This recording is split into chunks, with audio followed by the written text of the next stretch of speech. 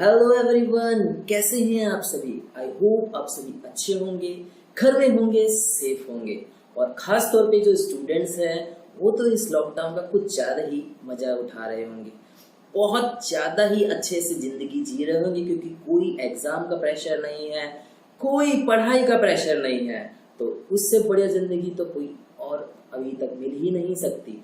But इसी तरह की कंडीशन के अंदर मेरे कुछ हार्ड वर्किंग स्टूडेंट्स हैं जो कंटिन्यूसली मुझसे कुछ ना कुछ डिमांड करते रहते हैं। तो आज उनकी कुछ इस तरह की डिमांड थी कि वो चाहते हैं कि नेशनल इनकम के जो हमारे मेथड्स हैं उन मेथड्स की मैं वीडियो बनाऊं, ताकि वो उन टॉपिक्स को बहुत अच्छे से कवर कर सके।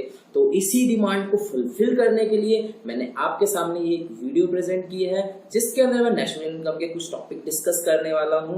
तो आइए, come on, let's start our topic.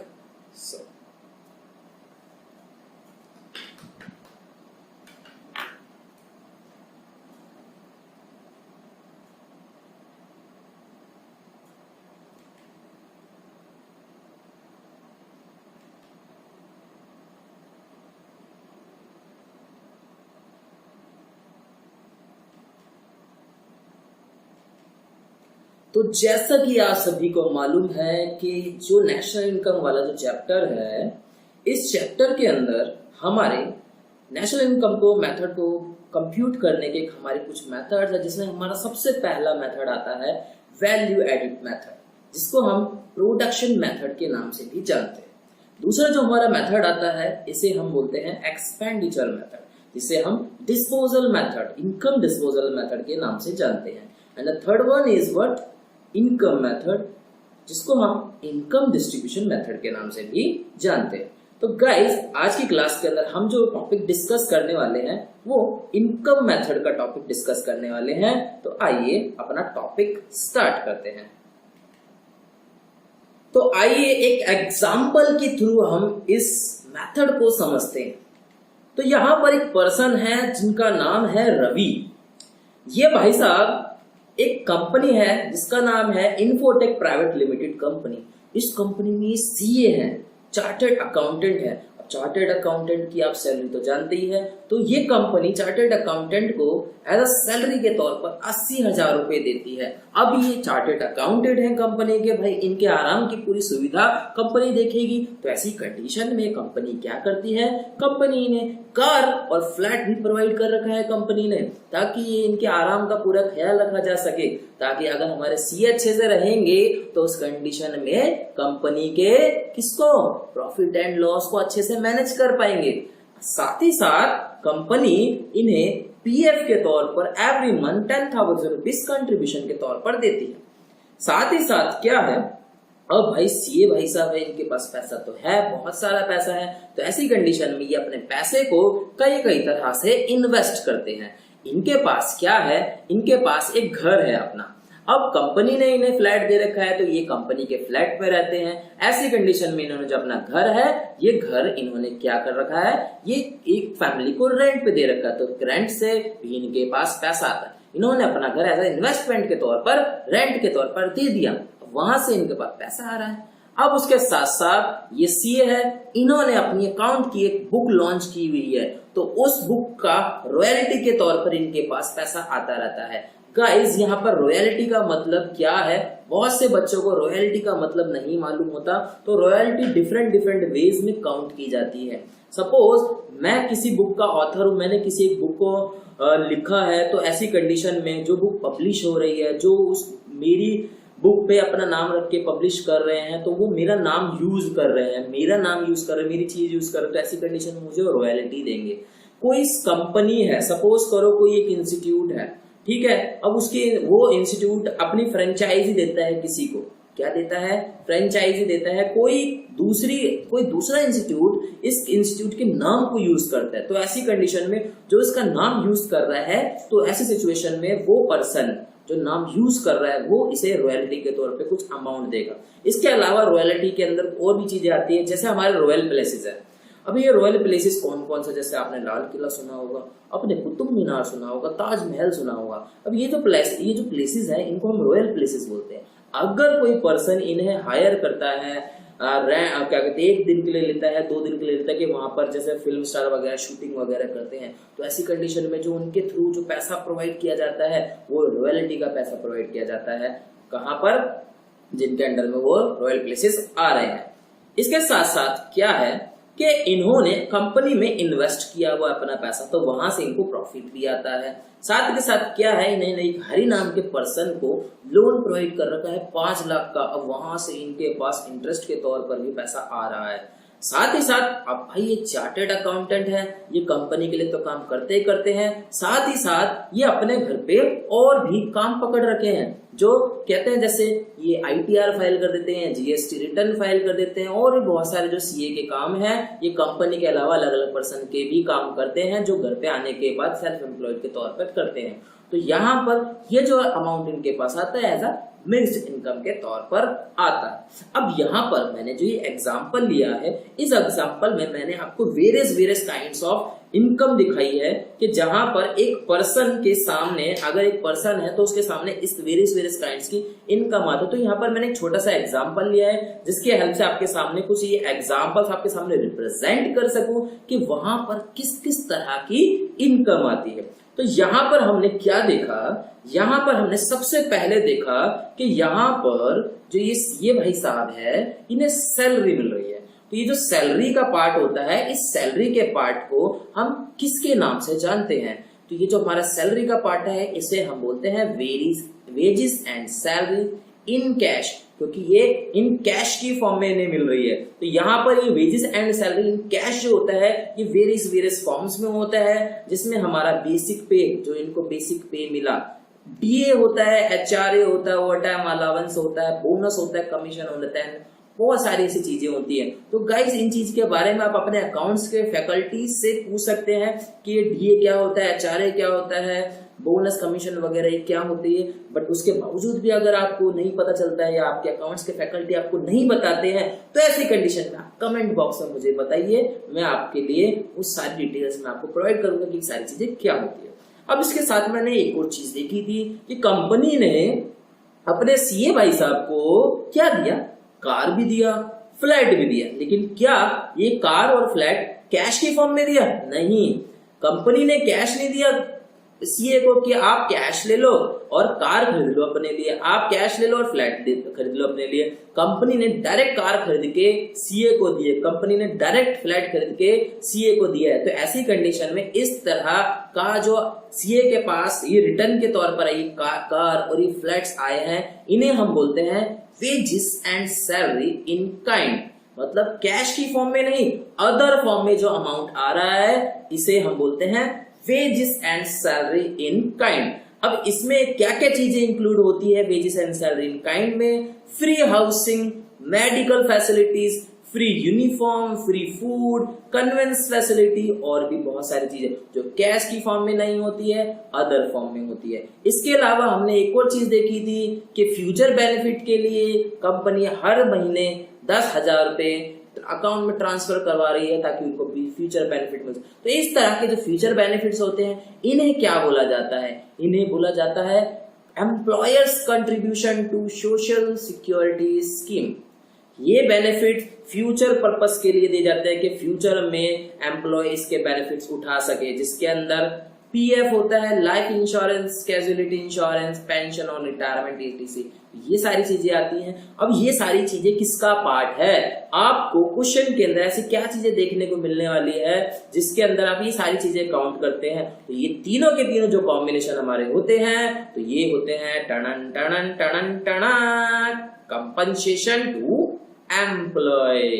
तो आपको क्वेश्चन के अंदर क्या ढूंढना होता है? सबसे पहली चीज आपको क्वेश्चन के अंदर सबसे पहली चीज जो सर्च करनी होती है वो है कंपनसेशन टू एम्प्लॉय। अगर क्वेश्चन के अंदर आपको कंपनसेशन टू एम्प्लॉय दिया हुआ है तो ऐसी कंडीशन में ना ही आप इसे देखेंगे, ना ही आप इसे देखेंगे और ना ही आप इसे देखेंगे, आप डायरेक्ट इसकी वैल्यू पुट कर देंगे। बट अगर ये नहीं दे रखा, ऐसी कंडीशन में अगर ये और ये दे रखा है तो इन दोनों को ऐड कर देंगे और आपका आ जाएगा कंपनसेशन ऑफ एम्प्लॉय। तो आगे देखते हैं।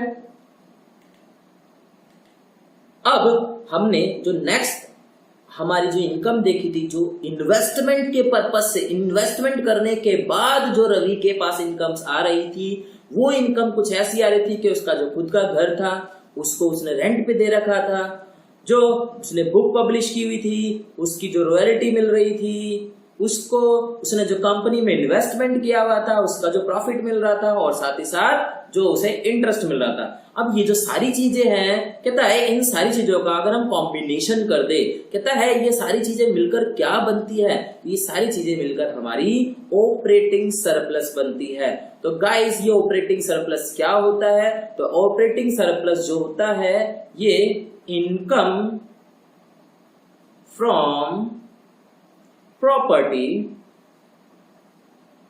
And income from entrepreneurship.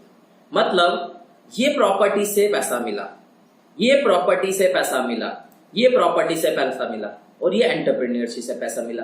तो इन सब का जो कॉम्बिनेशन होता है, इन सब का जो समीशन होता है, इस समीशन को हम क्या बोलते हैं? Operating surplus. ठीक है गाइस, तो क्या है कि ये भी एक पार्ट है जो इनकम मेथड के अंदर यूज होता है।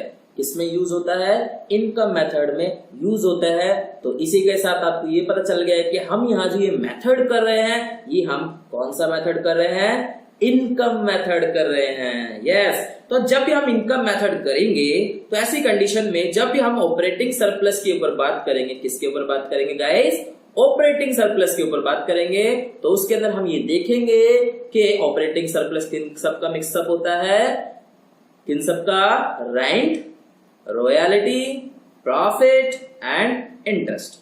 अब यहां पर हमें कुछ चीजें अपने माइंड में रखनी है। अपने माइंड में क्या रखना है कि किस किस कंडीशन में कौन कौन सा पार्ट इंक्लूड है, कौन सा पार्ट इंक्लूड नहीं है। तो यहां पर आपको सबसे पहली चीज जो आपके माइंड में रखनी है कि जो आपका ये जो इंटरेस्ट का पार्ट है, ये जो इंटरेस्ट का पार्ट है, ये इंटरेस्ट का पार्ट सिर्फ और सिर्फ उन्हीं लोन्स का जो इंटरेस्ट मिल रहा है जो किसी प्रोडक्टिव रिसोर्सेज के तौर पर काउंट किए जा रहे हैं। मतलब हम किसी को लोन प्रोवाइड कर रहे हैं और वो जो लोन है वो किसी प्रोडक्शन प्रोसेस के अंदर उस लोन का बेनिफिट यूज कर रहा है, उस लोन से जो मिला हुआ पैसा है उस प्रोडक्शन में लगा रहा है। तो ऐसी कंडीशन के अंदर क्या, ऐसी कंडीशन के अंदर जो इंटरेस्ट मिल रहा है उस इंटरेस्ट को हम इनकम मेथड के अंदर काउंट करेंगे। अगर ऐसा होता है, अगर ऐसा आपको देखने को मिलता है कि कोई पर्सन दूसरे पर्सन को लोन दे रहा है और वो लोन अपने पर्सनल बेनिफिट्स के लिए यूज कर रहा है, बहन की शादी करा दी, भाई की एंगेजमेंट करा दी, मम्मी का इलाज करा दिया, ऐसी कंडीशन में ये हमारे हो गए पर्सनल बेनिफिट। तो पर्सनली अगर वो उस लोन का पैसा यूज कर रहा है तो उस कंडीशन में उससे जो इंटरेस्ट मिल रहा है वो इंटरेस्ट यहाँ काउंट नहीं होने वाला। ठीक है गाइस, तो अब यहाँ पर हम बात करते हैं कि यहाँ पे जो प्रॉफिट है, क्या हमें ये प्रॉफिट डायरेक्ट देखने को मिलने वाला है, कि ये डायरेक्ट प्रॉफिट देखने को मिल रहा है या फिर कुछ नए नाम भी देखने को मिल सकते हैं। तो यहाँ पर आपका ऐसा हो सकता है कि आपके पास क्वेश्चन के अंदर डायरेक्ट प्रॉफिट देखने को मिल जाए। आपका डायरेक्ट प्रॉफिट देखने को नहीं मिलता तो ऐसी कंडीशन में अगर आपको corporate tax, profit tax, business tax, ये सारे एक ही पार्ट है, या फिर आपको देखने को मिल जाए डिविडेंड और डिस्ट्रीब्यूटेड प्रॉफिट, या फिर आपको retain earning, undistributed profit, reserve and surplus, saving of private sectors, अगर आपको ये सारे पार्ट्स देखने को मिल जाए तो सब इन सब का जब आप कॉम्बिनेशन करते हैं, एडिशन करते हैं, तो एडिशन करने से जो आपके पास अमाउंट आता है तो वो आता है आपका प्रॉफिट। तो अगर क्वेश्चन के अंदर आपको डायरेक्ट प्रॉफिट देखने को मिल रहा है तो ये सारी चीजें कर दीजिए इग्नोर। ये सारी चीजें, ये एक ये सब चीजें कर देनी है आपको इग्नोर अगर आपको डायरेक्ट प्रॉफिट देखने को मिल रहा है। अगर आपको डायरेक्ट प्रॉफिट देखने को नहीं मिल रहा तो ऐसी कंडीशन में आपको ये ढूंढना है कि इनमें से कौन कौन सी चीजें दे रखी है, तो इन सभी चीजों को क्या कर दो, इन सभी चीजों को ऐड कर दो। ऐड करने से आपके पास जो अमाउंट आएगा वो आएगा प्रॉफिट। अब हम बात करते हैं कि सर इसे कैसे ट्रीट करेंगे और इसे कैसे ट्रीट करेंगे। तो गाइस आपको एक चीज का ध्यान रखना है कि if operating surplus is given, अगर ऑपरेटिंग सरप्लस गिवन है तो ऐसी कंडीशन में इसे इग्नोर कर दो, इसे इग्नोर कर दो, इसे इग्नोर कर दो। बट अगर ऑपरेटिंग सरप्लस नहीं दे रखा तो ऐसी कंडीशन में इसको ढूंढो, इसको ढूंढो, इसको ढूंढो, इसको ढूंढो। ये जितने भी पार्ट दे रखे हैं इनको सर्च कीजिए। सर्च करने के बाद यहाँ देखिए कि इनमें से कौन कौन सा पार्ट आपको देखने को मिल रहा है और कौन सा पार्ट आपको देखने को नहीं मिल रहा है। तो आगे बढ़ते हैं। अब यहाँ पर हमने ये देख लिया कि यहाँ पर हमारे पास जो पैसा आ रहा है वो किस किस पर्पज से है। पहला तो हम काम कर रहे हैं कहीं, वहां से हमारे पास पैसा आया, वहां पर हमारे पास पैसा किस किस फॉर्म में आया, wages and salary in cash की फॉर्म में आया। दूसरा हमारे पास जो पैसा आया वो हमारे पास wages and salary in kind में आया। तीसरा जो हमारे पास पैसा आया वो आया हमारा employers contribution. What? Employers contribution to social security scheme. इसके बाद हमने दूसरा देखा कि जब हम इन्वेस्ट करते हैं तो इन्वेस्टमेंट दो तरह से होती है, प्रॉपर्टी में इन्वेस्टमेंट होती है and the second one is entrepreneurship, किसी बिजनेस में इन्वेस्टमेंट होती है। तो प्रॉपर्टी में इन्वेस्टमेंट से, बिजनेस में इन्वेस्टमेंट से जो पैसा आता है, इस तरह के पैसे को हम क्या बोलते हैं? Operating surplus. और इसका दूसरा जो नाम है, और से सुनना, इसी का जो दूसरा नाम है इसको हम बोलते हैं इन्वेस्टमेंट इनकम। क्या बोलते हैं? Investment income. इसके बाद जो हमारे पास तीसरा जो इनकम रिसीविंग पैटर्न था, वो इनकम रिसीविंग पैटर्न था हमारा मिक्स्ड इनकम, जो अभी तक हमने डिस्कस नहीं किया। मिक्स्ड इनकम क्या होता है? यहाँ पर जितने भी हमारे सेल्फ एम्प्लॉयड वर्क होते हैं, जैसे कि हम एक बिजनेस खोल के बैठे हैं, जैसे कोई पर्सन अपनी शॉप खोल के बैठा है, कोई एक पर्सन अपना ठेला खोल के बैठा है, कोई चाउमीन की रेडी लगा रहा है, कोई पिज्जा की दुकान खोल के बैठा है, कोई बीकानेर खोल के बैठा है। तो ये सब अपने क्या है? ये सारे के सारे सेल्फ एम्प्लॉयड पर्सन है। तो ये सारे जितने भी सेल्फ एम्प्लॉयड पर्सन है, इनकी जो इनकम होती है, इन इनकम्स को हम क्या बोलते हैं? Mixed income. ठीक है, क्या होती है? Mixed income. तो अब हम जानने वाले हैं कि इनकम मेथड निकालने के लिए हमें किन किन चीजों को देखना है। तो सबसे पहले आपके पास होना चाहिए कंपनसेशन टू एम्प्लॉय। क्या होना चाहिए? Compensation to employ. अगर कंपनसेशन टू एम्प्लॉय आपके पास है तो डायरेक्ट इसको यहाँ पे पुट कर दीजिए। अगर नहीं है तो wages and salary in cash, wages and salary in kind, social contribution, employers contribution to social security scheme. अब जब भी एम्प्लॉयर्स कंट्रीब्यूशन की बात देखी जाएगी तो एक बात का ध्यान रखना। एक बात का क्या ध्यान रखना है आपको? ध्यान ये रखना है कि एम्प्लॉयर्स कंट्रीब्यूशन काउंट करते हैं, कभी भी एम्प्लॉयज कंट्रीब्यूशन काउंट नहीं करते हैं। तो यहाँ पे आपको बस इस चीज का ध्यान रखना है कि अगर आपको एम्प्लॉयज कंट्रीब्यूशन भी वहां गिवन हो तो एम्प्लॉयज कंट्रीब्यूशन काउंट नहीं करेंगे। हम सिर्फ और सिर्फ कौन सा काउंट करेंगे? एम्प्लॉयर्स कंट्रीब्यूशन काउंट करेंगे। तो हम क्या करने वाले हैं? सबसे पहले हमें कंपनसेशन टू एम्प्लॉय करना है। इसमें हम ऐड कर देंगे जो हमारा दूसरा आया था operating surplus. Operating surplus direct दे रखा है तो ऐड कर दो, नहीं दे रखा रेंट ढूंढो, रॉयल्टी ढूंढो, प्रॉफिट ढूंढो, इंटरेस्ट ढूंढो। चारों आ गए। चारों में से अगर चारों के चारों दे रखा है तो चारों के चारों ऐड कर दो। कोई 3 दे रखे हैं, तीनों ऐड कर दो। कोई 2 दे रखे हैं, दोनों ऐड कर दो। तो जैसे आपके पास ये अमाउंट आता है उसके बाद इसमें आप क्या ऐड कर दो? इसके अंदर आप मिक्स्ड इनकम ऐड कर दो। मिक्स्ड इनकम कौन सी? कौन सी? कौन सी? क्या बताया था? सेल्फ एम्प्लॉयड की, सेल्फ एम्प्लॉयड पर्सन की इनकम। ठीक है। अब यहाँ पर ऐसा आ सकता है, यहाँ पर सेल्फ एम्प्लॉयड इनकम में कैसे आ सकता है? ऐसे आ जाएगा कि एक डॉक्टर अपने घर में क्लिनिक चला रहा है, ऐसा लिखा होगा। ऐसा लिखा होगा कि कोई पर्सन है वो अपने घर के अंदर गारमेंट की शॉप खोल के बैठा है, या एक पर्सन अपने घर में ट्यूशन चला रहा है। तो इस तरह की जितनी भी इनकम आपको देखने को मिले वहां पर आप क्या लिख दोगे? वहां पर उसको आप मिक्स्ड इनकम ट्रीट करोगे। तो जब हम ये तीनों को ऐड कर देते हैं, क्या कर देते हैं? ऐड कर देते हैं, तो यहाँ पर हमारे सामने होता है टर्नन टर्नन टर्ना। तो यहाँ पर हमें जो देखने को मिलता है वो होता है इन तीनों को ऐड करने के बाद जो हमारे पास रिजल्ट आता है इसे हम बोलते हैं NDPFC। और मजे की बात यह है कि NDPFC जो होता है हमारा, एक मिनट, NDPFC जो होता है हमारा वो क्या होता है?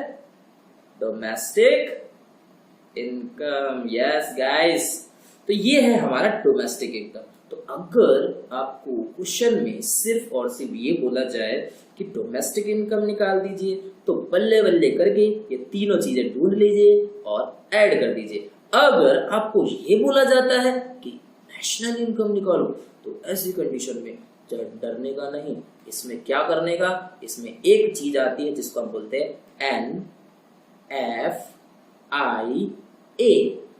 क्या है ये NFIA? आपको आता होगा, आपने थ्योरी पढ़ी होगी तो आपको ये बहुत अच्छे से मालूम होगा। तो अगर हम NDPFC के अंदर NFIA ऐड कर देते हैं, तो ऐड करने से जो हमारे पास रिजल्ट निकलता है वो होता है NNPFC। और ये NNPFC क्या है? ये हमारा NNPFC होता है नेशनल व्हाट इनकम। तो यही हमारा काम खत्म हो जाता है कि अगर हमारे पास क्वेश्चन में ये बोला जाता है कि आपको एक क्वेश्चन दे रखा है, उसके अंदर ये बोला गया है कि इनकम मेथड से आपको क्या करना है, इनकम मेथड से आपको नेशनल इनकम निकालनी है। तो ऐसी सिचुएशन में आपको किस किस चीजों पे फोकस करना है? Compensation to employ, operating surplus and mix income. Guys, अब आप एक चीज ध्यान रखिए। एक चीज क्या ध्यान रखनी है, क्या है कि आजकल पिछले 2-3 साल से जो क्वेश्चन है उनमें ये डायरेक्ट चीजें नहीं बोली जाती कि NNPFC निकालो। एग्जाम में क्वेश्चन आता है, बोलेगा GDP-MP निकालो, NNPFC निकालो। तो उस कंडीशन में आपको कन्वर्जेशन बहुत अच्छे से आनी चाहिए। तो कन्वर्जेशन के लिए आपको मालूम होना चाहिए कि अगर हमें ग्रॉस से नेट बनाना है, क्या करना है गाइस? ग्रॉस से नेट बनाना है, तो हम क्या करेंगे? हम डैप को माइनस कर देंगे। जब हम ग्रॉस से नेट पे जाएंगे, क्या ग्रॉस से नेट पे जाएंगे, तो हम डैप को क्या कर देते हैं? माइनस कर देते हैं। लेकिन जब नेट से ग्रॉस पे जाते हैं, तो वापस डैप को प्लस कर देते हैं। क्या करते हैं? वापस डैप को प्लस कर देते हैं। ये चीज ध्यान रखिए। कन्वर्जेशन अगर आपको अच्छे से आती है तो यहां पर करने के बाद आपसे कोई भी चीज पूछ ली जाए एग्जाम में, तो वो आप इजिली निकाल सकते हैं। तो यहाँ पर दूसरी कन्वर्जेशन जो है हमारी MP से FC। MP से FC के लिए हमें क्या करना पड़ता है? MP से FC के लिए हमें NIT माइनस करना पड़ता है, जबकि FC से MP पे जाने के लिए NIT को क्या कर दो? प्लस कर दो। इस तीसरा होता है हमारा नेशनल टू डोमेस्टिक। हमें नेशनल से डोमेस्टिक जाना है, तो नेशनल से डोमेस्टिक जाने के लिए माइनस NFI है, और जब डोमेस्टिक से नेशनल जाते हैं तो प्लस NFI है। तो इसी के साथ थैंक यू सो मच मेरी वीडियो देखने के लिए। अगर आपको किसी भी तरह का कोई भी डाउट है इस टॉपिक से रिलेटेड, या आप चाहते हैं कि इसके अंदर मैं आपको कुछ और चीजें जो है मैंने बीच में जो छोटी छोटी सी बारीकी छोड़ दिया है, आप वो चाहते हैं कि मैं भी उनको डिटेल से आपको बता दूं, तो आप मुझे कमेंट बॉक्स में उस चीज के बारे में बताइए, ताकि मैं आपको उसको एज अ थियोरेटिकल तौर पर या फिर वॉइस के तौर पर आपके पास तक वो वीडियो या ऑडियो पहुंचा सकूं। So thank you so much guys.